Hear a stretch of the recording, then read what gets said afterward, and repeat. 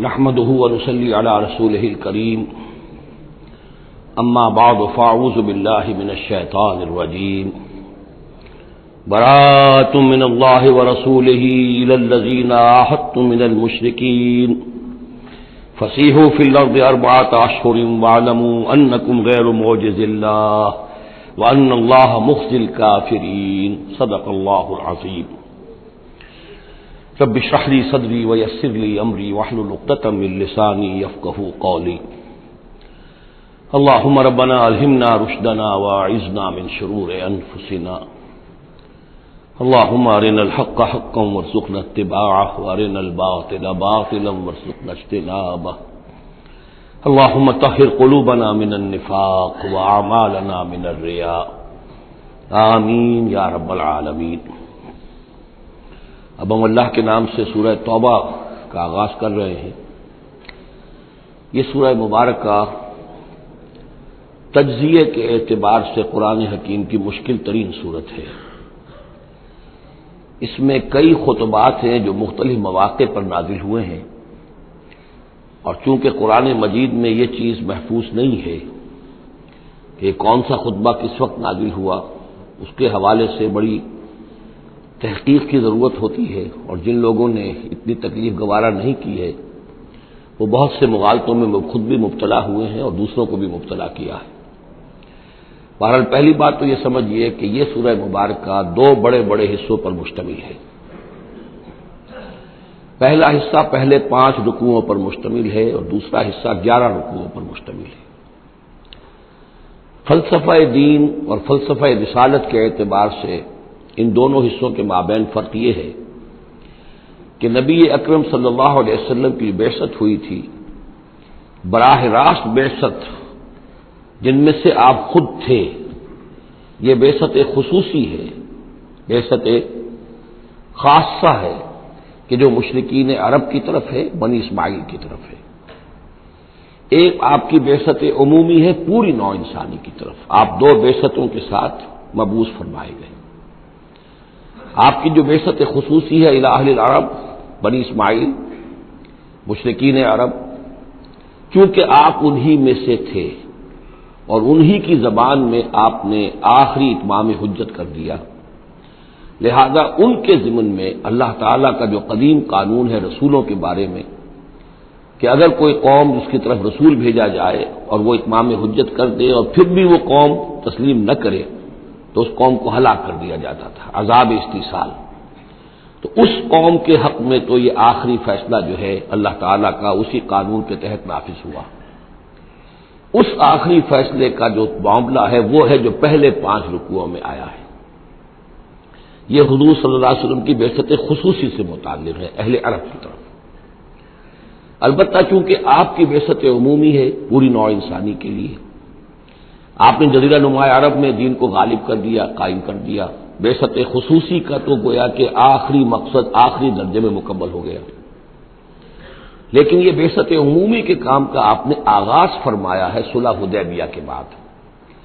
آپ نے 7 ہجری تک کوئی مبلغ، کوئی داعی کہیں باہر نہیں بھیجا، جب تک کہ جزیرہ نما عرب میں اس حد تک کامیابی نہیں ہو گئی کہ قریش نے آپ کو تسلیم کر لیا اور آپ کے ساتھ صلح کی، تو وہ جس کو کہ اللہ تعالیٰ نے انا فتحنا لک فتحا مبینہ قرار دیا ہے، اس وقت تک آپ نے اپنی پوری توجہ، آپ نے پورا وقت، آپ نے ساری صلاحیتیں، اپنی قوتیں مرکوز رکھی ہیں جزیرہ نما عرب کے اندر۔ البتہ جب اس حد تک کام پورا ہو گیا سن 7 میں، سن 6 میں صلح حدیبیہ ہوئی ہے، تو اس کے بعد آپ نے نامہ بر بھیجے، اپنے خطوط بھیجے، قیصر کے نام بھیجا، کسریٰ کے نام بھیجا، مقوقس کے نام بھیجا، نجاشی بھی اب جو اس وقت تھا، وہ نجاشی جو ایمان لائے تھے فوت ہو چکے تھے، ان کی تو غائبانہ نماز جنازہ بھی حضور نے پڑھائی تھی۔ اب جو نجاشی تھے وہ مسلمان نہیں تھے، ان کے پاس بھی خط گیا۔ ان خطوط کے نتیجے میں سلطنت روما سے ایک ٹکراؤ شروع ہو گیا، غزوہ موتا ہوا اور اس کے بعد غزوہ تبوک۔ یہ جو 2 غزوات ہیں ان کا تعلق حضور کی بعثت عمومی سے ہے کہ اب بیرون ملک عرب آپ کی دعوت کا اور آپ کی اقامت دین کی جد و جہد کا دائرہ وسیع ہو رہا ہے۔ تو 11 رکوع اس سورہ مبارکہ کے اس سے بحث کر رہے ہیں۔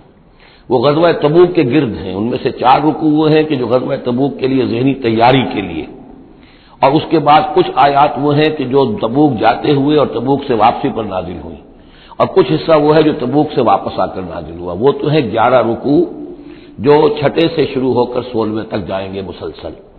البتہ پہلے 5 رکوع وہ ہیں کہ جن میں اندرون جزیرہ نمائے عرب، اندرون ملک آپ کے جو مشن تھا اس کی تکمیل کا جو آخری مرحلہ تھا اس کا اعلان ہو رہا ہے۔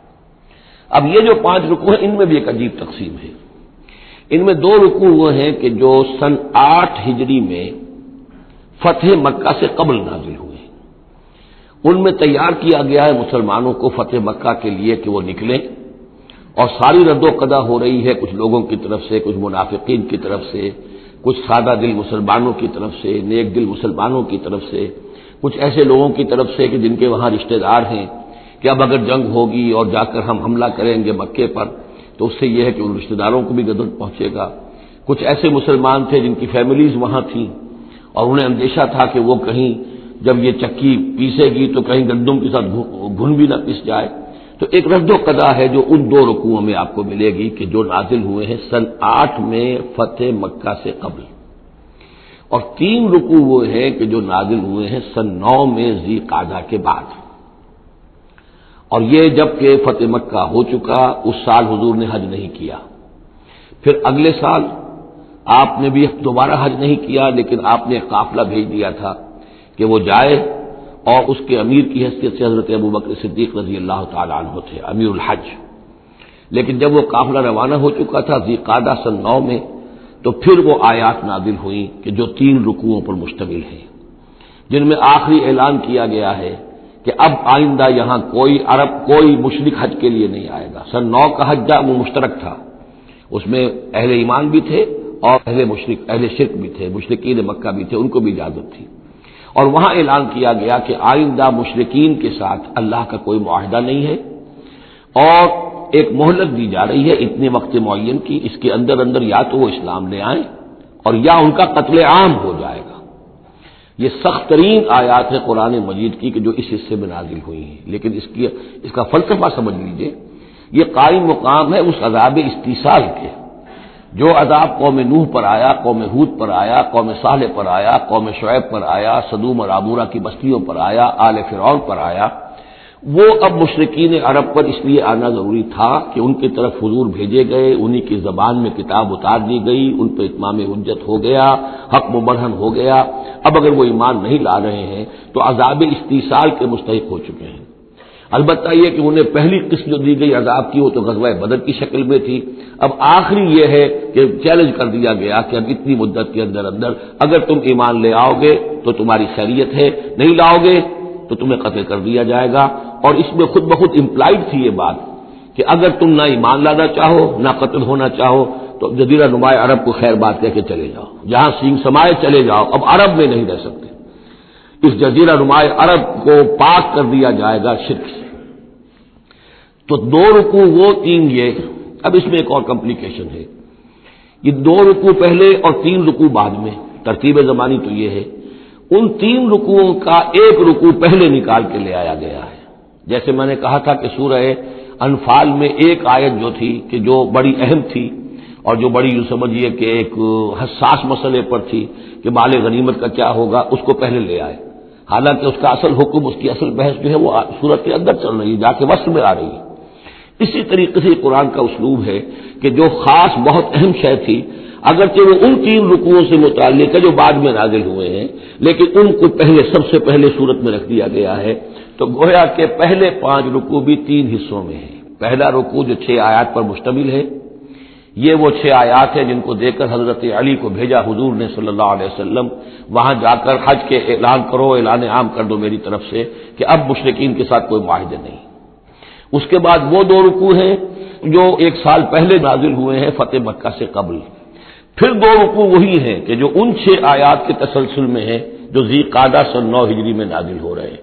تو یہ 3 حصوں میں پہلے 5 رکوع ہیں، لیکن ان 5 رکوعوں کا تعلق محمد الرسول اللہ صلی اللہ علیہ وسلم کی بعثت خصوصی کا جو تکمیلی مرحلہ ہے در حقیقت اس سے ہے۔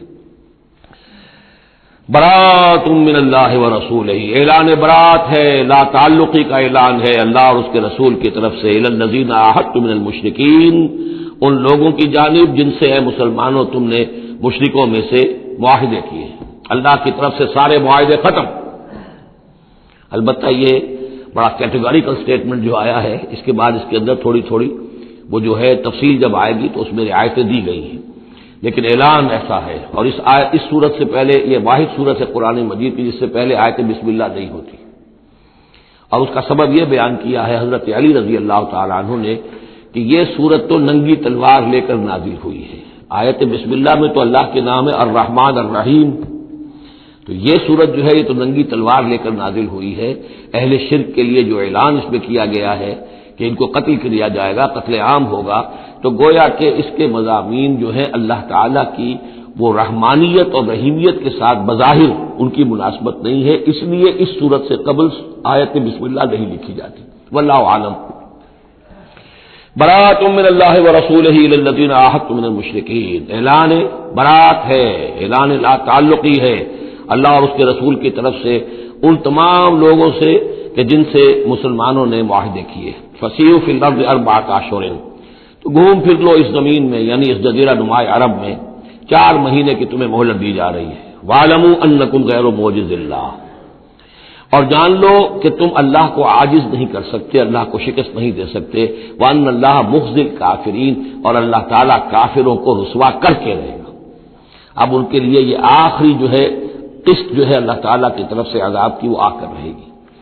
یہ جو کیٹیگوریکل سٹیٹمنٹ آیا ہے یہ ان معاہدوں کے ضمن میں تھا کہ جن میں کوئی میعاد معین نہیں تھی، غیر میعادی معاہدے۔ عام معاہدہ ہے دوستی کا، نو وار پیکٹ ہے، اس کے لیے کوئی ٹائم لمٹ نہیں ہے۔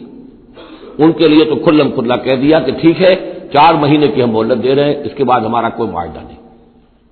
اور یہ بالکل معقول بات ہے، اس لیے کہ ایک ہی دن میں نہیں کیا ہے۔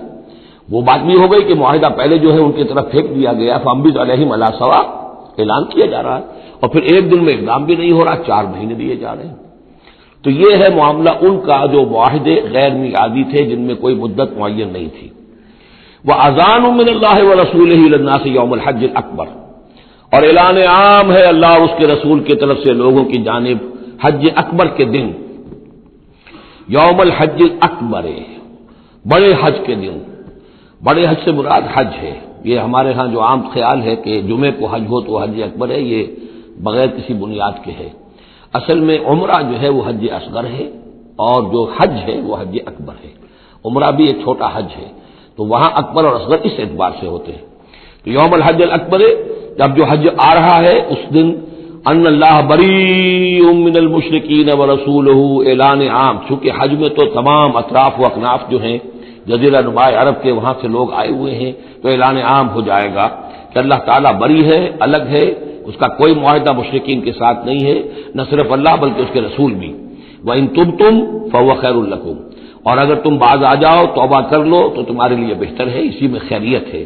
وَإِن تَوَلَّيْتُمْ، اگر تم پیٹھ موڑ لو گے، روگردانی کرو گے، فَاعْلَمُوا أَنَّكُمْ غَيْرُ مُعْجِزِ اللَّهِ، تو سن رکھو تم اللہ کو عاجز نہیں کر سکتے، تم اللہ کو شکست نہیں دے سکتے۔ وَبَشِّرِ الَّذِينَ كَفَرُوا بِعَذَابٍ أَلِيمٍ، اور ان کافروں کو اے نبی بشارت دے دیجئے دردناک عذاب کی۔ إِلَّا الَّذِينَ عَاهَدتُّم مِّنَ الْمُشْرِكِينَ، اب یہاں ایک استثناء ہو رہا ہے، یہ ہے جن کے ساتھ میعادی معاہدے تھے، 2 سال کا معاہدہ ہے، 1 سال کا معاہدہ ہے، 6 ماہ کا معاہدہ ہے، اس کو مستثنا رکھا۔ غیر میعادی معاہدہ تھا اس کی اعلان کر دیا اور 4 مہینے کی مہلت دے دی۔ جو میعادی تھا اس کو فرمایا الا الذین عاہدتم من المشرکین، ہاں اس کے سوا وہ لوگ ہوں گے کہ جن سے تم نے مسلمانوں مشرکین میں سے جن سے معاہدے کیے، ثم لم ينقصوکم شیئا، پھر انہوں نے کوئی کمی نہیں کی، کوئی شے جو ہے جو بھی شرائط تھی اس میں سے کسی میں کوئی کمی نہیں کی، وہ اپنے معاہدے کی شرائط کی پابندی کرتے رہے۔ وَلَمْ يُظَاهِرُوا عَلَيْكُمْ، اور نہ تم پر تمہارے دشمنوں کی کوئی مدد کی، احدن کسی کی بھی، فَأَتِمُّوا إِلَيْهِمْ عَهْدَهُمْ، تو ان کے لیے ان کی مدت مکمل کر دو، الی مدتہم، جو بھی مدت ہے، کسی کی 2 سال کی ہے، کسی کی 6 مہینے کی ہے، تو جو میعادی معاہدہ ہے اس کی بشرطے کہ ان کی طرف سے کوئی خلاف ورزی نہ ہوئی ہو تو ان کی مدت جو ہے وہ پوری کر دو۔ ان اللہ یحب المتقین، یقینا اللہ تعالیٰ تقوی والوں کو پسند کرتا ہے۔ فَإِذَا انْسَلَخَ الْأَشْهُرُ الْحُرُمُ، جب یہ مہینے جو رعایت کے مہینے ہیں، پناہ کے مہینے ہیں، یعنی دو شکلیں ہو گئی، جیسے عورت کی جو عدت ہوتی ہے، فرض کیجئے کہ طلاق دی گئی تو ایک عدت تو یہ ہے کہ 3 ماہ جو ہے یا 3 حیض آ گئے، لیکن اگر وہ اگر حاملہ ہے تو وضع حمل تک وہ عدت رہے گی۔ اسی طریقے سے جن لوگوں کا کوئی میعاد مقرر نہیں تھی ان کے لیے 4 مہینے مقرر کر کے اور ان کے معاہدوں کا اعلان کر دیا۔ جن کی میعاد مقرر تھی کہا کہ جیسے ہی میعاد ختم ہوگی پھر معاہدہ نہیں ہوگا، اب یہ رینیو نہیں ہوگا، لیکن یہ کہ اس مدت کی تکمیل کر دی جائے گی۔ فَإِذَا انسَلَخَ الْأَشْهُرُ الْحُرُمُ، اور جب یہ محترم مہینے سمجھ لیجئے، اس لیے کہ اب یہ ان کے لیے جو امان کے مہینے ہیں جو تمہیں دے دیے گئے ہیں، جب یہ ختم ہو جائیں گے، فَاقْتُلُوا الْمُشْرِكِينَ حَيْثُ وَجَدتُّمُوهُمْ، تو قتل کرو ان مشرکوں کو جہاں پاؤ۔ یہ سخت ترین الفاظ ہیں۔ وَخُذُوهُمْ، پکڑو ان کو، وَاحْصُرُوهُمْ، گھیراؤ کرو ان کا، وَاقْعُدُوا لَهُمْ كُلَّ مَرْصَدٍ، اور ہر جگہ گھات لگا کر بیٹھو ان کو پکڑنے کے لیے۔ یہ آخری ہے جو گویا کہ ان کی رسوائی، اب ظاہر بات ہے یہ آیات پڑھ کر سنائی گئی، مشرکین موجود تھے، اس سے بڑی رسوائی اور کیا ہوگی؟ کس انداز میں اب انہیں چیلنج کیا جا رہا ہے؟ یہ رسوائی، واللہ مخزی الکافرین، اللہ ان کافروں کو رسوا کر کے رہے گا۔ حضرت علی کو بھیجا گیا اس لیے کہ قافلہ روانہ ہو چکا تھا، پھر یہ آیتیں اتری ہیں 6، تو ان آیتوں کو دے کر حضور نے بھیجا کہ علی جاؤ اور میرے نمائندے کی حیثیت سے حج کے اجتماع میں تم اعلان کرو، اس لیے کہ عرب کا رواج یہ تھا کہ کسی بڑی شخصیت کی طرف سے اتنا بڑا اعلان وہ کوئی اس کا قریبی عزیز کر سکتا تھا۔ تو وہ قافلہ حج جو ہے کہیں پڑاؤ پر تھا، درمیان میں حضرت علی پہنچے، امیر تھے حضرت ابوبکر رضی اللہ تعالی عنہ۔ تو جب حضرت علی وہاں پہنچے ہیں تو پہلا سوال کیا حضرت ابوبکر نے، امیر او مامور، آپ امیر بنا کر بھیجے گئے یا مامور؟ اگر تو مجھے معذور کر کے آپ کو امیر بنا کر بھیجا ہے حضور نے تو آپ یہاں بیٹھیے، میں ادھر بیٹھوں گا، لیکن اٹ مسٹ بی نون ہو از ہو، اور اگر آپ مامور ہیں میں ہی امیر ہوں تب بھی ٹھیک ہے، لیکن معلوم ہونا چاہیے۔ یہ نظم کا معاملہ ہے دین کے اندر، جماعتی زندگی، اور مسلمانوں کا حال یہ ہو گیا کہ سب سے زیادہ غیر منظم قوم دنیا میں مسلمانوں کی۔ یہاں یہ کہ آتے ہی پہلی بات یہ ہو رہی ہے امیر اور مامور، بات طے ہو جانی چاہیے۔ آپ امیر ہو کر آئے ہیں تو میں چارج دیتا ہوں آپ کو، اور مامور ہے تو مجھے معلوم ہونا چاہیے۔ ان کا مامور، میں مامور ہی بنا کے بھیجا گیا ہوں، امیر الحج آپ ہی ہیں۔ البتہ ان آیات کا اعلان میں کروں گا حضور کی طرف سے حج کے اجتماع میں، اس میں یہ اعلان ہو رہا ہے۔ فَإِذَا انسَلَخَ الْأَشْهُرُ الْحُرُمُ فَاقْتُلُوا الْمُشْرِكِينَ حَيْثُ وَجَدتُّمُوهُمْ وَخُذُوهُمْ وَاحْصُرُوهُمْ وَاقْعُدُوا لَهُمْ كُلَّ مَرْصَدٍ فَإِن تَابُوا وَأَقَامُوا الصَّلَاةَ وَآتَوُا الزَّكَاةَ، پھر اگر وہ توبہ کریں، نماز قائم کریں، زکوٰۃ ادا کریں، فَخَلُّوا سَبِيلَهُمْ، تو ان کا راستہ چھوڑ دو، کھول دو، وہ مسلمان ہو گئے۔ ان اللہ غفور الرحیم، یقیناً اللہ غفور الرحیم ہے۔ وَإِنْ أَحَدٌ مِّنَ الْمُشْرِكِينَ اسْتَجَارَكَ، اور اگر مشرکین میں سے کوئی شخص آپ سے پناہ طلب کرے، حتیٰ یسمع کلام اللہ، اتنا بڑا ہمیں الٹیمیٹم دے دیا گیا ہے، بہت سے لوگ ہوں گے ابھی تک انہوں نے توجہ کی ہی نہیں، سوچا ہی نہیں محمد کیا کہہ رہے ہیں، کیا دعوت ہے۔ اب یہ کہ تمام جزیرہ نما عرب کے لوگوں کو اتنا بڑا الٹیمیٹم آ گیا ہے تو وہ سنجیدگی سے سوچنے پہ مجبور ہوئے کہ یہ کیا بات ہے، کیا دعوت ہے جس کے لیے ہمیں یہ الٹیمیٹم دے دیا گیا۔ تو اگر ان میں سے کوئی آپ سے امن مانگے، امان مانگے، پناہ طلب کرے تاکہ وہ آپ کے پاس آ کر اللہ کا کلام سنے، حتیٰ یسمع کلام اللہ، یہ آج میں نے کوٹ کی تھی تعارف قرآن میں کہ قرآن اللہ کا کلام ہے، وہ اس حوالے سے حتیٰ یسمع کلام اللہ، یہاں تک کہ وہ آپ کے پاس آئیں، اللہ کا کلام سنیں، ثم ابلغہ ما امنہ، پھر انہیں ان کی امن کی جگہ پر پہنچا دیں۔ یہ نہ ہو کہ وہیں کہ اب کرو فیصلہ، اسلام قبول کرتے ہو کہ نہیں کرتے، ورنہ تمہاری گردن اڑاتے ہیں، نہیں، وہ امان لے کر آیا تھا، کلام اللہ سننا چاہتا تھا، اب فیصلہ وہ جو بھی کرے لیکن اس کو جا کر اپنے گھر اس کے امن کی جگہ تک پہنچا دو۔ ثم ابلغہ ما امنہ ذالک بانہم قوم لا یعلمون، اور یہ اس لیے کہ یہ لوگ ہیں جو علم نہیں رکھتے، انہیں پتہ ہی نہیں ہے، یہ ابھی تک غافل ہی رہے، انہوں نے سنجیدگی سے سوچا ہی نہیں ہے کہ یہ دعوت کیا ہے۔ یہ 6 آیات جو ہیں ان کا سلسلہ اب جڑے گا چوتھے رکوع کے ساتھ جا کر۔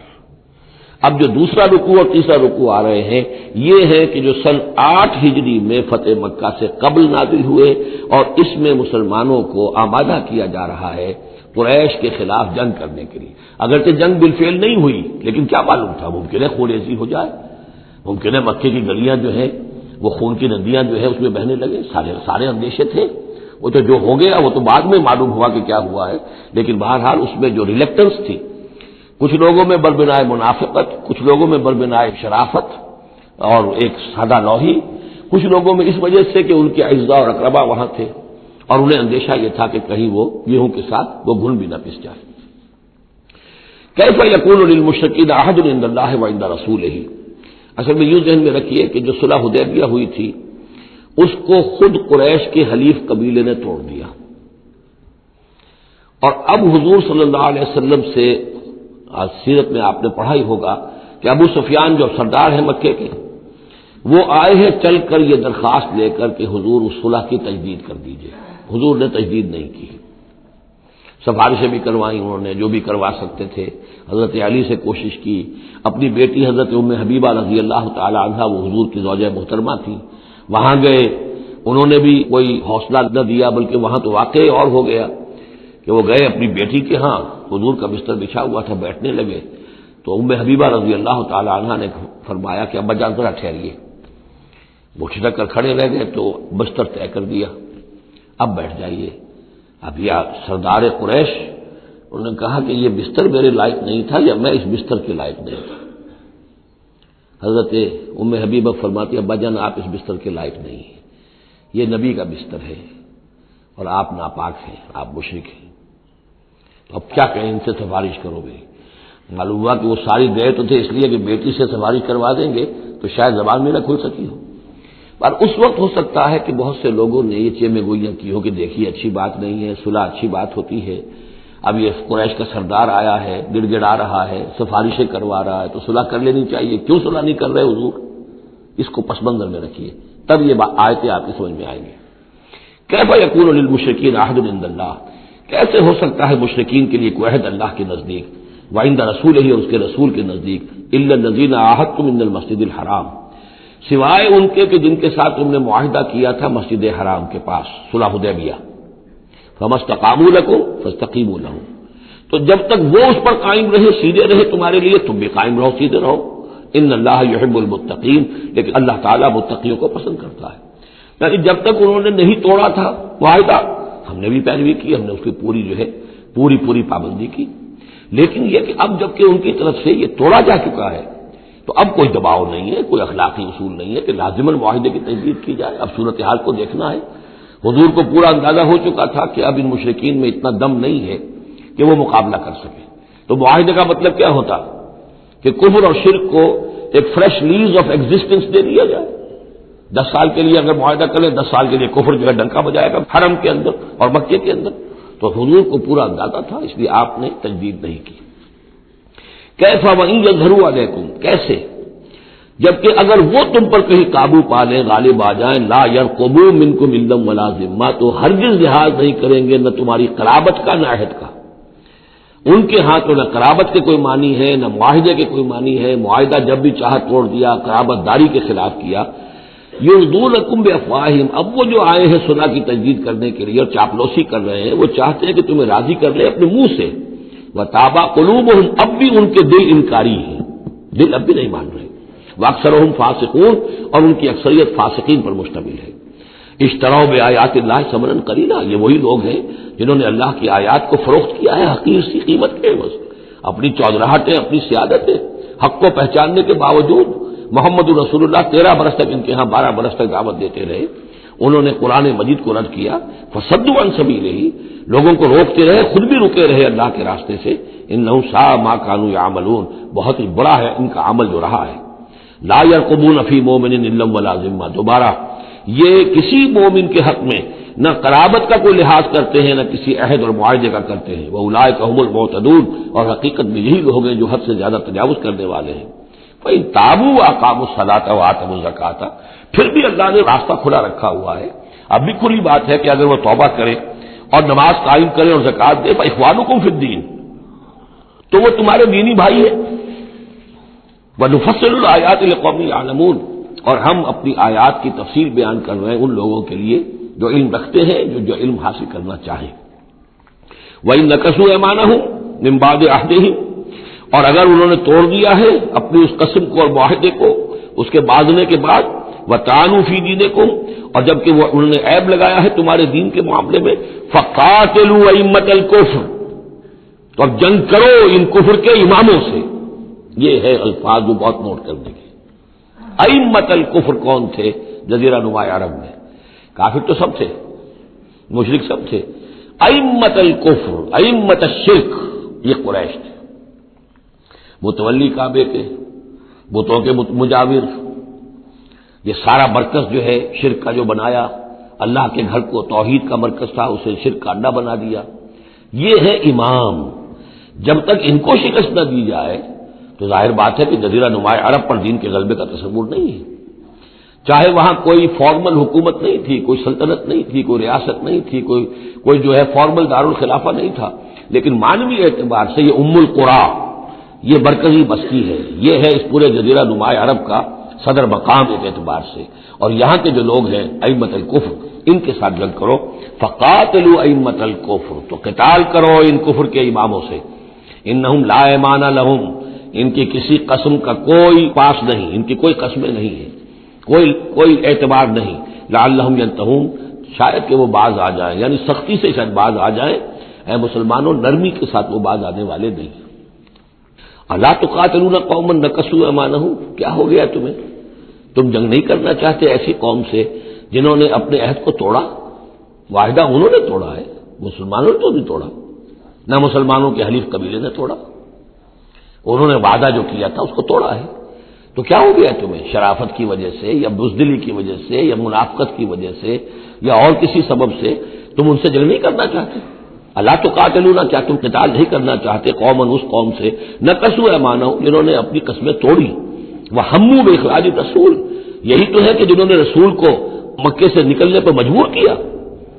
وہم بدؤکم اول مرہ، اور انہوں نے ہی آغاز کیا تھا. ظاہر بات ہے کہ کتنا مسلمانوں کو ستایا تھا مکے میں، مسلمانوں میں سے بعضوں کو شہید کیا تھا مکے میں، کتنوں کو تکلیفیں دی تھی، ٹارچر کیا تھا، پرسیکیوٹ کیا تھا، انہوں نے کیا پہلی مرتبہ. اتخشونہم، اب دیکھیے یہ ہے وہ سرچنگ کوسچن. اے مسلمانوں، کیا ان سے ڈر رہے ہو؟ یہ کوئی بزدلی ہے جو تم پر طاری ہو گئی ہے؟ قریش کے خلاف اقدام سے گھبرا رہے ہو؟ اتخشونہم فاللہ احق ان تخشوہ ان کنتم مؤمنین، تو اگر تم مومن ہو تو اللہ زیادہ حقدار ہے کہ تم اس سے ڈرو. اب یہ اس کا حکم ہے، تمہیں اقدام آخری کرنا ہے. قاتلوہم، کرو جنگ ان سے. یعذبہم اللہ بایدیکم، اللہ تعالی عذاب دے گا انہیں تمہارے ہاتھوں. ویخزہم، اور ان کو رسوا کرے گا. وینصرکم علیہم، اور تمہاری مدد کرے گا ان کے خلاف. ویشف صدور قوم مومنین، اور اہل ایمان کے سینوں کی جلن کو دور کر دے گا، ٹھنڈک عطا فرمائے گا.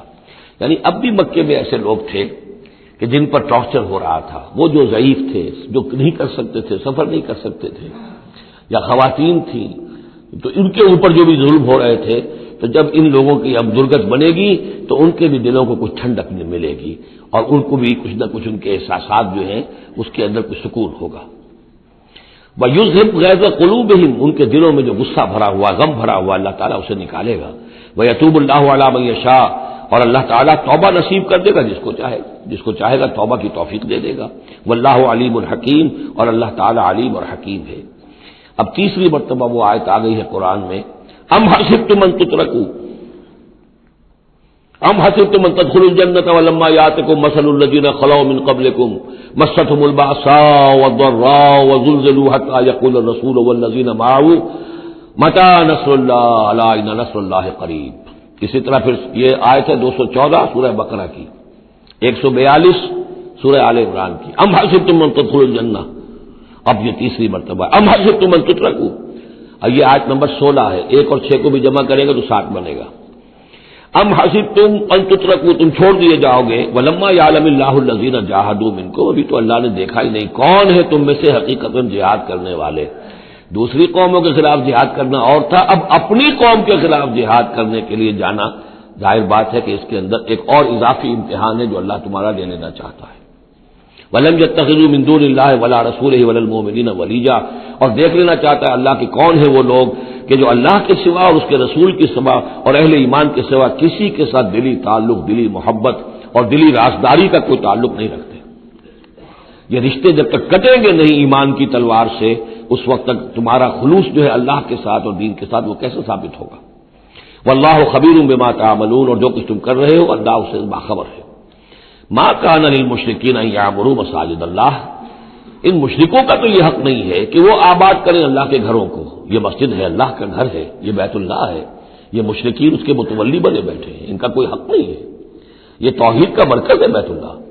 ما کان للمشرکین، نہیں ان کا یہ حق ان یعمروا مساجد اللہ، یہ متولی بنے بیٹھے ہوئے ہیں اس کے، شاہدین علی انفسہم بالکفر، اپنے اوپر کفر کی گواہی دیتے ہوئے، یعنی اعلانیہ کافر ہیں، مشرک ہیں، اور پھر اس بیت اللہ کے متولی بنے ہوئے۔ اولئک حبطت اعمالہم، ان کے سارے اعمال حبط ہو گئے، یعنی حاجیوں کی خدمت کر دی، پانی پلا دیا، یہ کر دیا، وہ کر دیا، ان کی کوئی حیثیت اللہ کی نگاہ میں نہیں ہے۔ ان کے جو شرک ہے اور کفر ہے اس نے ان کے تمام اعمال حبط کر دیے۔ وفی النار ہم خالدون، اور آگ ہی میں وہ رہیں گے ہمیشہ ہمیشہ۔ انما یعمر مساجد اللہ من آمن باللہ والیوم الآخر، مسجدیں اللہ کی مسجدوں کو آباد کرنا تو ان کا حق ہے جو ایمان لائے اللہ پر اور یوم آخر پر، واقام الصلاۃ، اور نماز قائم کریں، وآت الزکوٰۃ، اور زکوٰۃ ادا کریں، ولم یخش الا اللہ، اور نہ ڈرے کسی سے سوائے اللہ کے۔ فعسیٰ اولئک ان یکونوا من المہتدین، تو ایسے لوگ ہیں کہ جو جن کے بارے میں توقع ہے کہ وہ راہ یاب ہوں گے اور منزل مراد تک پہنچ جائیں گے۔ اجعلتم سقایۃ الحاج وعمارۃ المسجد الحرام کمن آمن باللہ والیوم الآخر، کیا تم نے حاجیوں کو پانی پلانا اور مسجد حرام کو آباد رکھنا اس کو برابر کر دیا ہے اس کے کہ جو شخص ایمان لایا اللہ پر اور یوم آخر پر، وجاہد فی سبیل اللہ، اللہ کی راہ میں جہاد کرے؟ یہ مشرکین مکہ، مشرکین قریش جو کیا کرتے ہیں، ان کا یہی کریڈٹ ان کا کیا ہے کہ بیت اللہ کو آباد رکھا ہوا ہے، حاجی آ رہے ہیں تو ان کی خدمت کر رہے ہیں، انہیں دودھ پانی پلا رہے ہیں، تو بس یہی تو کیا یہ چیزیں برابر ہو گئی ان کے کہ جو ایمان لائے اللہ پر اور یوم آخر پر اور جنہوں نے جہاد کیا اللہ کی راہ میں؟ لا یستوون عند اللہ، یہ دونوں برابر نہیں اللہ کے نزدیک۔ واللہ لا یہدی القوم الظالمین، اور اللہ ایسے ظالموں کو ہدایت نہیں دیتا۔ الذین آمنوا وہاجروا وجاہدوا فی سبیل اللہ باموالہم وانفسہم، وہ لوگ جو ایمان لائے، جنہوں نے ہجرت کی پھر جہاد کیا اللہ کی راہ میں اپنے مالوں سے اور اپنی جانوں سے، اعظم درجۃ عند اللہ، ان کا بہت بلند و بالا اور بہت عظیم رتبہ ہے اللہ کے نزدیک۔ واولئک هم الفائزون، اور حقیقت میں وہی ہیں کامیاب ہونے والے۔ یبشرهم ربهم برحمۃ منہ ورضوان، انہیں بشارت دیتا ہے ان کا رب اپنی رحمت، خاص اپنے خزانہ فضل سے رحمت کی، ورضوان، اور رضامندی کی، وجنات لہم فیہا نعیم مقیم، اور ان باغات کی کہ جن کے اندر بہت ہمیشہ رہنے والی نعمتیں ہوں گی، خالدین فیہا ابدا، جن میں وہ رہیں گے ہمیشہ ہمیش۔ ان اللہ عندہ اجر عظیم، یقیناً اللہ تعالیٰ ہی کے پاس بہت بڑا اجر ہے۔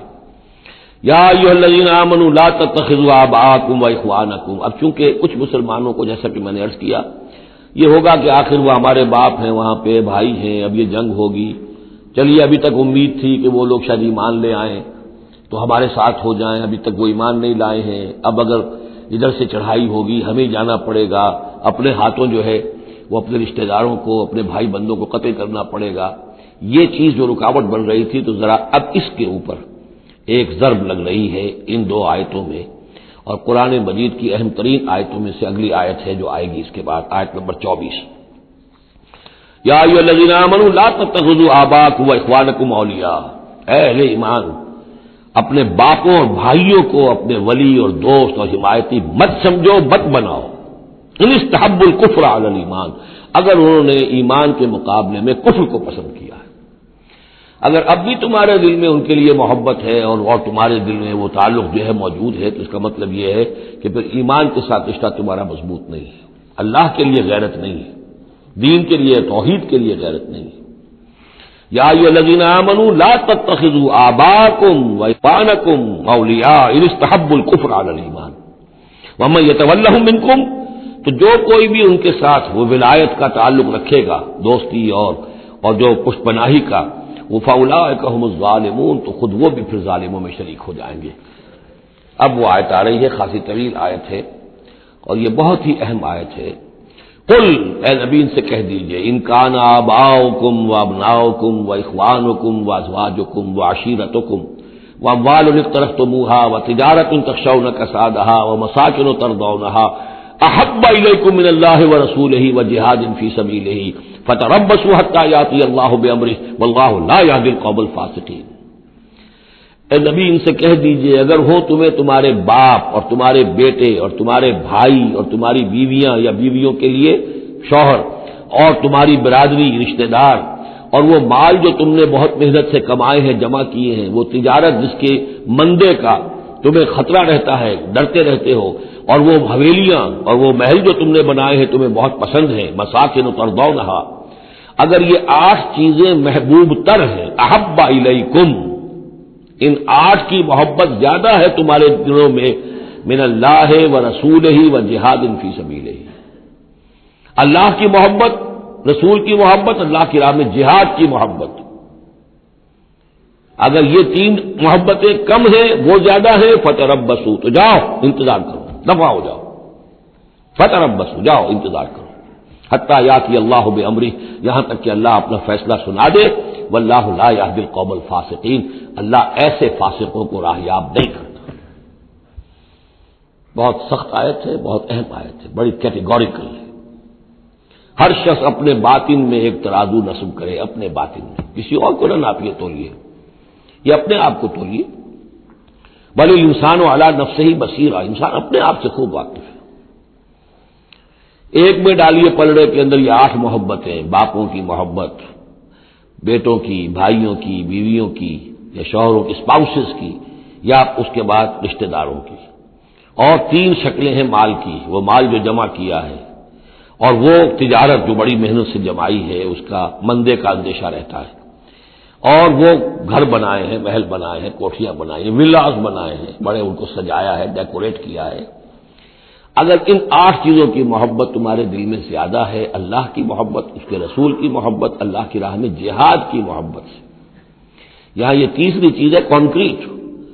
پہلی 2 تو آپ کہہ سکتے ہیں میرے دل میں بڑی محبت ہے، آپ کو کیا پتا، ٹھیک ہے بھائی، ہو سکتا ہے ٹنوں محبت ہو اللہ کی آپ کے دل میں، اور رسول کا بھی عشق ہو سکتا ہے کہ ٹنوں ہو آپ کے دل میں، لیکن تیسری محبت تو نظر آ جائے گی اللہ کی راہ میں جہاد کی محبت کتنی ہے۔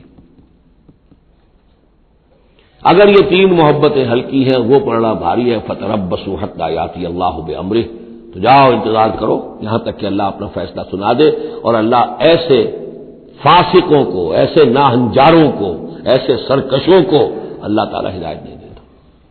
یہ سیلف اسسمنٹ سکیم ہے، ہر شخص خود اپنا جائزہ لے، کہاں کھڑا ہے، اس کی allocation of time, allocation of energies, اپنی صلاحیتیں کہاں لگا رہا ہے، کہاں کھپا رہا ہے، کس کام میں لگا رہا ہے۔ اسی کو پھر علامہ اقبال نے ایک شعر میں جمع کر دیا ہے، یہ مال و دولت دنیا، یہ رشتہ و پیوند، بتان وہم و گما، لا الہ الا اللہ۔ مال و دولت دنیا کی 3 شکلیں، دولت جیسے بھی ہو، ایسٹس ہوں، بینک بیلنس ہو، سٹاکس ہو، جو بھی ہو، یہ مال و دولت دنیا۔ نمبر 2 جائیداد ہے، نمبر 3 بزنس ہے یا کیریئر ہے، پروفیشن ہے، اور رشتہ و پیوند جو سب سے قریبی ہو سکتے ہیں، باپ، بیٹا، بھائی اور اسپاؤس، اور جو بھی اور رشتہ دار ہیں۔ یہ مال و دولت دنیا، یہ رشتہ و پیوند، بتان وہم و گما، یہ صرف بت ہیں، ہمارے اپنے وہم کے، توہم کے، ان کی کوئی حقیقت نہیں ہے۔ بتان وہم و گما، لا الہ الا اللہ۔ اگر لا الہ الا اللہ کی شمشیر سے ان بتوں کو آپ توڑ نہیں دیں گے، اور جب تک ٹھیک ہے، حق ہے ان کا، بیوی کا حق ہے، اولاد کا حق ہے، ان نفس علیہ کا حق تل، لیکن وہ تابع رہے، ان 3 چیزوں کے تابع رہے، تب تک ٹھیک ہے۔ اور اگر ان 3 چیزوں سے وہ اوپر چلا گیا، کوئی بھی ایک بھی، تو بس وہ توحید ختم ہے، اب وہ شرک ہے۔ لقد نصرکم اللہ فی مواطن کثیرۃ ویوم حنین، اور اے مسلمانوں تمہاری اللہ نے مدد کی بہت سے مواقع پر، اور خاص طور پر یوم حنین۔ اب ظاہر بات ہے کہ یہ حصہ وہ ہے جو نازل ہو رہا ہے، جو کہ جب ہم کون سے رکوع میں پہنچ گئے، 4تھے رکوع میں پہنچ گئے، تو 4تھا اور 5واں پھر وہ ہے جو ذی قعدہ سن 9 میں نازل ہو رہا ہے۔ تیسرا رکوع جہاں ختم ہوا، وہ 2 رکوع ختم ہو گئے کہ جو قریش پر حملے کے ضمن میں اور مکے کی طرف اقدام کے ضمن میں جو رد و قدا ہو رہی تھی، اور وہ فتح مکہ سے پہلے نازل ہوئے سن 8 ہجری میں، رمضان سے قبل۔ اب یہ پھر وہی سلسلہ جڑ گیا جو 6 آیتیں ہم پہلے پڑھائے ہیں، ذی القعدہ سن 9 ہجری میں جو نازل ہوئی اسی کے ساتھ۔ اب ظاہر بات ہے کہ اس وقت جو ہے غزوہ حنین بھی ہو چکا تھا۔ لقد نصرکم اللہ فی مواطن کثیرۃ، اللہ نے تمہاری مدد کی ہے مسلمانوں بہت سے مواقع پر، ویوم حنین، حنین کے دن بھی کی، اذ اعجبتکم کثرتکم، جبکہ تمہیں اپنی کثرت پر ناز ہو گیا تھا۔ اب یہ بھی یہ نہ سمجھیے کہ سب مسلمانوں کو ہو گیا تھا۔ حضور جب فتح مکہ کے وقت آئے ہیں مکے میں تو 10,000 مسلمان آپ کے ساتھ تھے، پھر اس کے بعد آپ نے جب طائف پر حملے کا فیصلہ کیا اور اس کے بعد آپ میدان میں نکلے اور حنین کی جنگ ہوئی ہے تو 12,000 کا لشکر آپ کے ساتھ تھا۔ 10,000 وہ تھے اور 2,000 یا تو وہ لوگ تھے جو فتح مکہ کے بعد ایمان لائے، نو مسلم سمجھ لیجئے اسی وقت جو ایمان لائے، اور یا ابھی وہ مشرک ہی تھے لیکن چونکہ اب وہ رعایا ہو گئے مسلمانوں کی تو وہ بھی گویا کہ شریک تھے اس میں ان کے خادموں اور معاونین کی حیثیت سے۔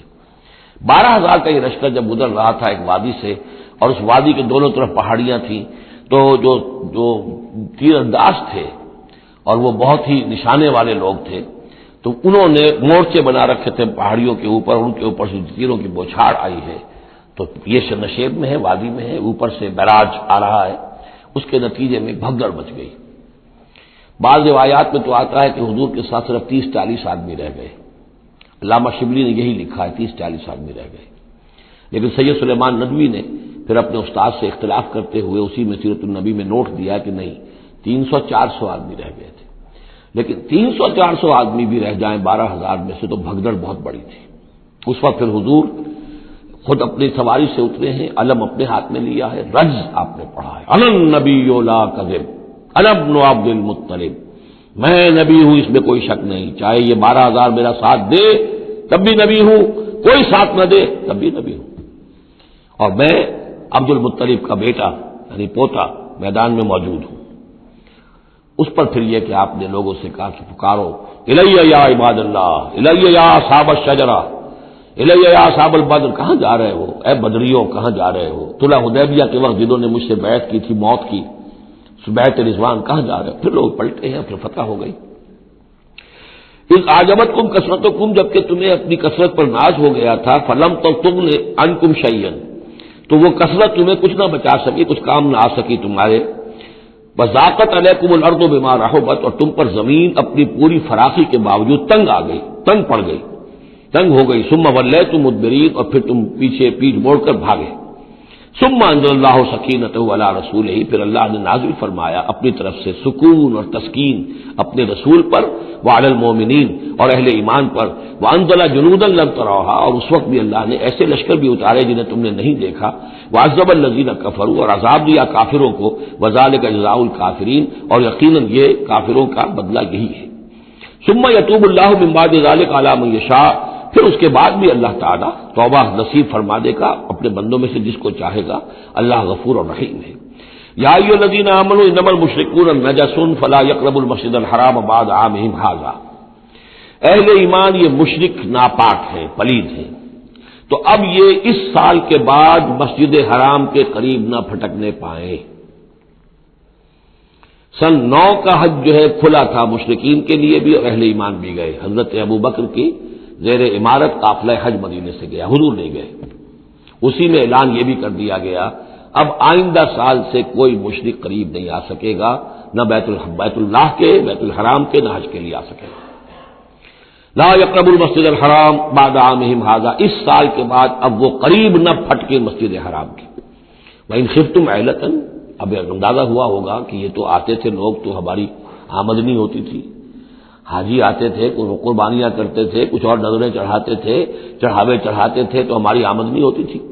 وَإِنْ خِفْتُمْ عَيْلَةً، اگر تمہیں فقر کا اندیشہ ہو، فَسَوْفَ يُغْنِيكُمُ اللَّهُ مِنْ فَضْلِهِ، تو قریب اللہ تعالیٰ تمہیں غنی کر دے گا اپنے فضل سے انشاء، اگر وہ چاہے گا۔ ان اللہ علیم الحکیم، یعنی اتنی آئیں گی غنیمتیں تمہارے پاس کہ تم سے سنبھالی نہیں جائیں گی۔ حضور کے انتقال کے بعد چند سال کے اندر اندر سلطنت فارس اور سلطنت روما اور وہاں سے جو سیلاب آیا ہے مال غنیمت کا، تو حضور نے تو یہی فرمایا تھا کہ مسلمانوں اس دنیا سے جاتے ہوئے آپ نے فرمایا تھا کہ مجھے تم پر فقر کا اندیشہ نہیں ہے، مجھے تو اندیشہ اب یہ ہے کہ تم پر دولت کے انبار آ جائیں گے تمہارے قدموں میں، اور پھر تم اس دولت کی وجہ سے ایک دوسرے کی گردنیں مارو گے۔ ان اللہ علیم الحکیم قاتل الذین لا یؤمنون باللہ ولا بالیوم الآخر ولا یحرمون ما حرم اللہ ورسولہ ولا یدینون دین الحق من الذین اوتوا الکتاب حتی یعطوا الجزیۃ عن ید وہم صاغرون۔ یہ آیت بھی فلسفہ دین کے اعتبار سے بہت اہم ہے۔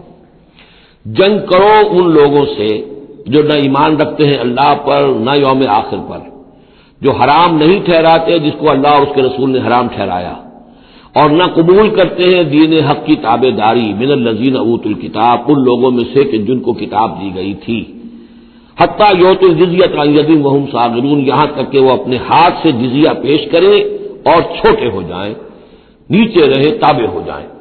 یہ فرق ہے جو کیا گیا ہے۔ مشرکین عرب کے لیے تو کوئی آپشن نہیں تھا، یا ایمان لاؤ یا گردن مار دی جائے گی، اس لیے کہ ان میں سے تھے حضور صلی اللہ علیہ وسلم، ان پر اتمام حجت بدرجہ آخر ہو گیا۔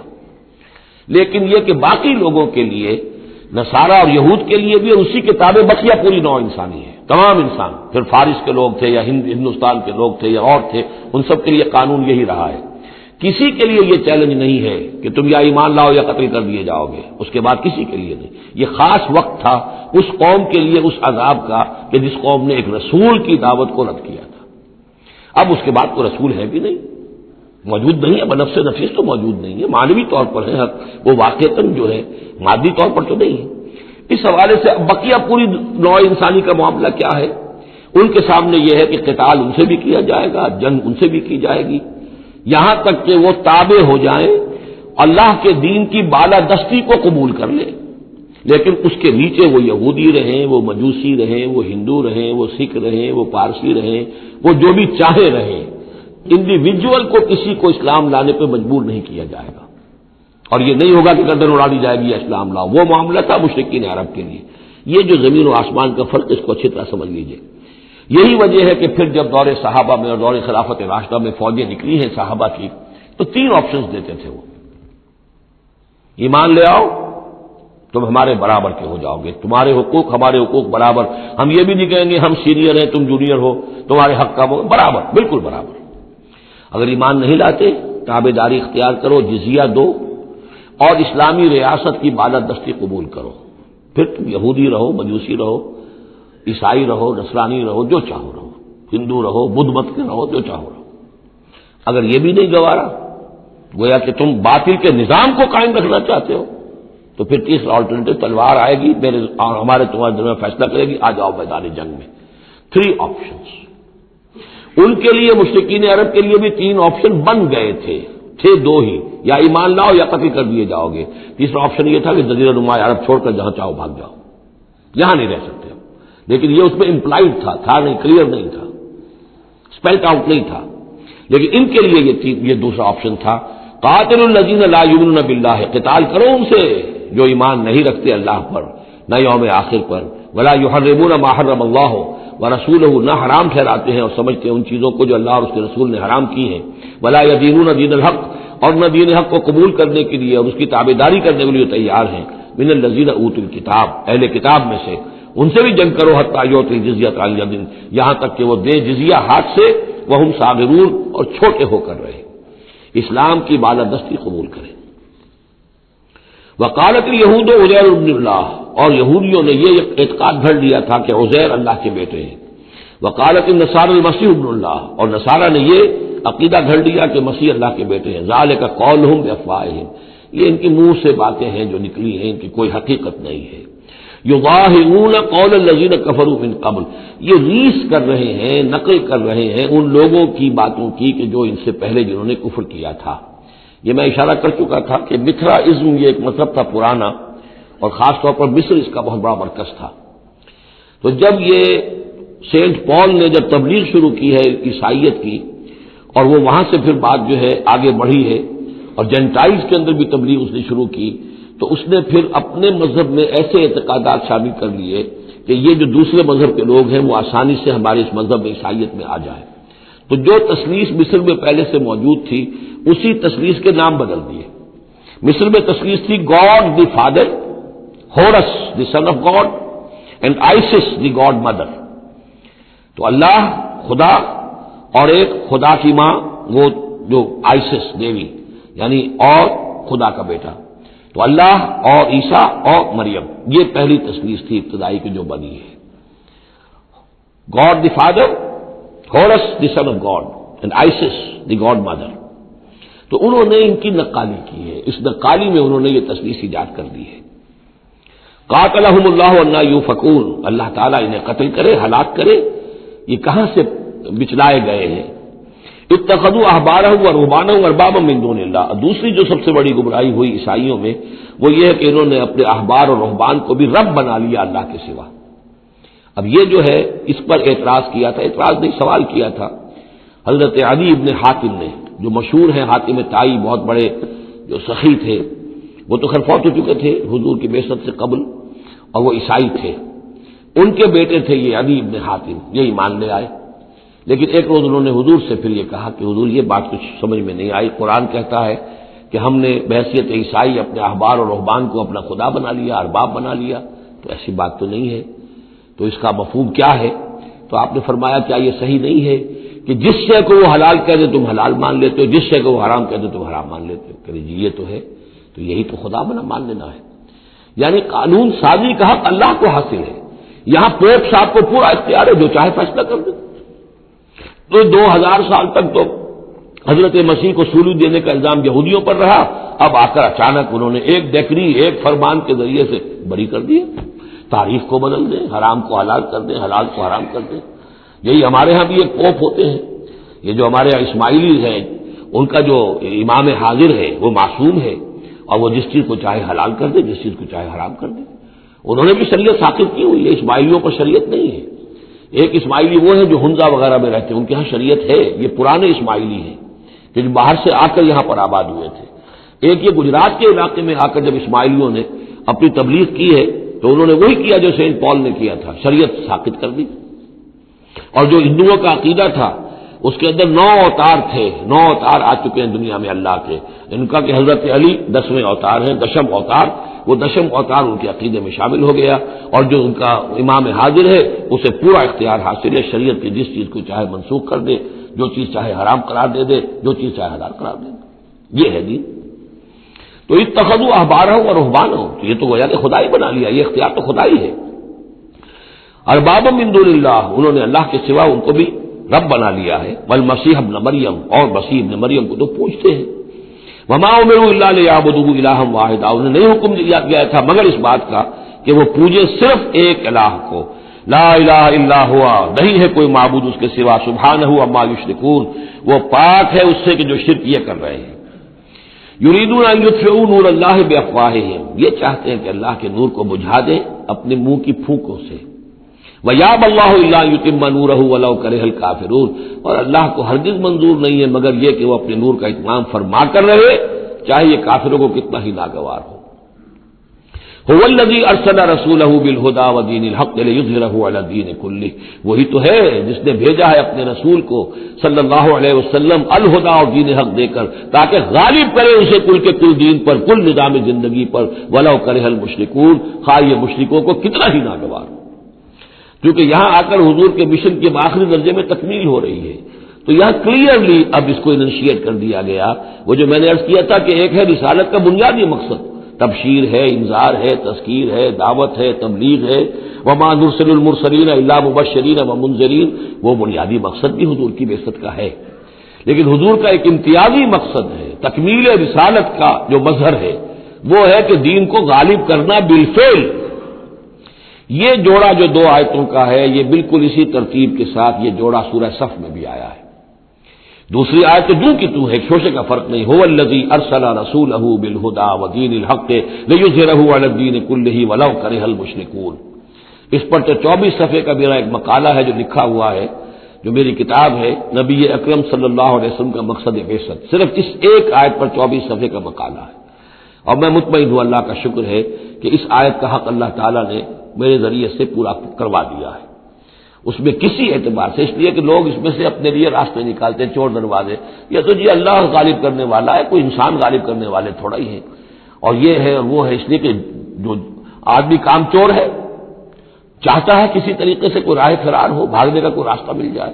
لیکن آپ اگر اس کو پڑھیں گے تو معلوم ہوگا کوئی راستہ فرار کا نہیں ہے. ہر جو بھی ممکن ہو سکتی ہے نحوی اعتبار سے جو امکان ہو سب کو میں نے لے کر اور ثابت کر دیا ہے کہ اس میں کہیں فرار کا راستہ نہیں. البتہ پہلی آیت میں تھوڑا سا فرق ہے. وہ آیت جو ہے وہاں ہے یریدون لیطفئوا، یہاں ہے ان یطفئوا، بس اتنا فرق ہے. بے افواہہم یریدون لیطفئوا نور اللہ بے افواہہم، یریدون ان یطفئوا نور اللہ بے افواہہم. وہاں ہے واللہ متم نورہ ولو کرہ الکافرون، یہاں ہے ویابی اللہ الا ان یتم نورہ ولو کرہ الکافرون. یہ تو چاہتے ہیں کہ اپنے منہ کی پھونکوں سے، تو جس کو کہ پھر مولانا ظفر علی خان نے خوب اس کی تعبیر کی ہے، نور خدا ہے کفر کی حرکت پہ خندہ زن، پھونکوں سے یہ چراغ بجھایا نہ جائے گا. تو یہ جو چاہتے ہیں کہ اپنی منہ کی پھونکوں سے، اور اس میں ایک طرح کا طنز ہے. یہودی چونکہ سامنے آ کر مقابلہ نہیں کر رہے تھے تو یہ ایسے تھا کہ منہ کی پھونکوں سے بجھانا چاہ رہے ہیں، صرف سازشیں ہیں ان کی، اور جو بھی یہ کر رہے ہیں کبھی سامنے آ کر انہوں نے جنگ نہیں کی. یریدون ان یطفئوا نور اللہ بافواہہم ویابی اللہ الا ان یتم نورہ ولو کرہ الکافرون. هو الذی ارسل رسولہ بالہدی ودین الحق لیظہرہ علی الدین کلہ ولو کرہ المشرکون. یا ایھا الذین آمنوا ان کثیرا من الاحبار والرہبان لیأکلون اموال الناس بالباطل وَيَصُدُّونَ عَن سَبِيلِ اللَّهِ وَالَّذِينَ يَكْنِزُونَ الذَّهَبَ وَالْفِضَّةَ وَلَا يُنْفِقُونَهَا فِي سَبِيلِ اللَّهِ فَبَشِّرْهُم بِعَذَابٍ أَلِيمٍ. یہ آیت بھی بہت اہم ہے، اس لیے کہ جو مسلمان امتوں کے اندر علماء اور احبار اور صوفیاء، یا آپ ایک لفظ استعمال کریں مذہبی پیشوا، جو بھی ایک طبقہ بن جاتا ہے، اگر ان میں دنیا کی محبت اور مال کی محبت آ جائے، ایک عام کاروباری آدمی ہے، دنیا کا کاروبار کرتا ہے، اب ظاہر بات ہے حلال ذریعے سے کما رہا ہے، اچھا کھائے اچھا پہنے، ٹھیک ہے، کوئی جائیداد بھی بناتا ہے، کوئی حرام کام نہیں ہے، اس کی اولاد کو منتقل ہو جائے گی. لیکن یہ کہ جو شخص دین کی خدمت میں لگا ہوا ہے، اب اسے فرض کیجئے کوئی ہدیہ دے رہا ہے، کوئی اس کو اگر فرض کیجئے تحفہ دے رہا ہے یا کسی طریقے سے، تو دین کے لیے دے رہا ہے. اگر یہ لوگ بھی اپنے پاس دولت جمع کریں، اگر یہ اپنی جائیدادیں بنائیں، تو یہ بدترین انسان ہے آسمان کی چھت کے نیچے کے. یہ سمجھ لیجیے اچھی بات. عام آدمی کے لیے قانون اور ہوگا. اس حدیث کو ذہن میں لے آئیے، حضور نے فرمایا یوشک ان یاتی علی الناس زمان، مجھے اندیشہ ہے لوگوں پر ایک وقت ایسا آ جائے گا. کیسا آ جائے گا؟ لا یبقى من الاسلام الا اسمہ، اسلام میں سے اس کے نام کے سوا کچھ نہیں بچے گا. ولا یبقى من القرآن الا رسمہ، قرآن میں سے اس کے رسم الخط کے سوا کچھ نہیں بچے گا. مساجدہم عامرۃ، ان کی مسجدیں آباد بہت ہوں گی، شاندار ہوں گی. وہی خراب من الہدی، ہدایت سے خالی ہوں گی. وعلماؤہم شر الناس تحت عظیم السماء، اور ان کے علماء آسمان کی چھت کے نیچے کے بدترین انسان ہوں گے. من عندہم تخرج الفتنۃ وفیہم تعود، انہی میں سے فتنہ برآمد ہوگا، انہی میں گھس جائے گا. تو یا ایھا الذین آمنوا، اہل ایمان، ان کثیر من الاحبار والرہبان، یقیناً بہت سے علماء اور درویش، لا یاکلون اموال الناس بالباطل، وہ لوگوں کے مال ہڑپ کرتے ہیں باطل طریقے سے. ویصدون عن سبیل اللہ، اور وہ روکتے ہیں لوگوں کو اللہ کے راستے سے. والذین، اور کوئی نئی دعوت اٹھی ہے، کوئی اللہ کا بندہ جو ہے لوگوں کو دین کی طرف بلا رہا ہے، یہ اپنی مسندیں جب خطرے میں دیکھتے ہیں تو نہیں چاہیں گے کہ ہمارے عقیدت مند جو ہے وہ کسی بھی ایسی دعوت کی طرف رخ کریں اور متوجہ ہو جائیں. ان کی جائیدادیں بن رہی ہیں، بڑے بڑے ایسٹس بنا رہے ہیں، جب مرتے ہیں تو چھوڑ کر جائیدادیں جاتے ہیں، ان کی اولادوں کے پھر آپس میں مقدمے ہوتے ہیں، جھگڑے ہوتے ہیں. فرمایا والذین یکنزون الذهب والفضة، اور وہ لوگ کہ جو دفینے بناتے ہیں، جمع کرتے ہیں اپنے پاس سونا اور چاندی، ولا ينفقونها فی سبیل اللہ، اور وہ خرچ نہیں کرتے اس کو اللہ کی راہ میں. فبشرهم بعذاب علیم، تو ان کو بشارت دے دیجیے عذاب علیم کی، دردناک عذاب کی. بارک اللہ لی ولکم فی القرآن العظیم ونفعنی وإیاکم بالآیات والذکر الحکیم.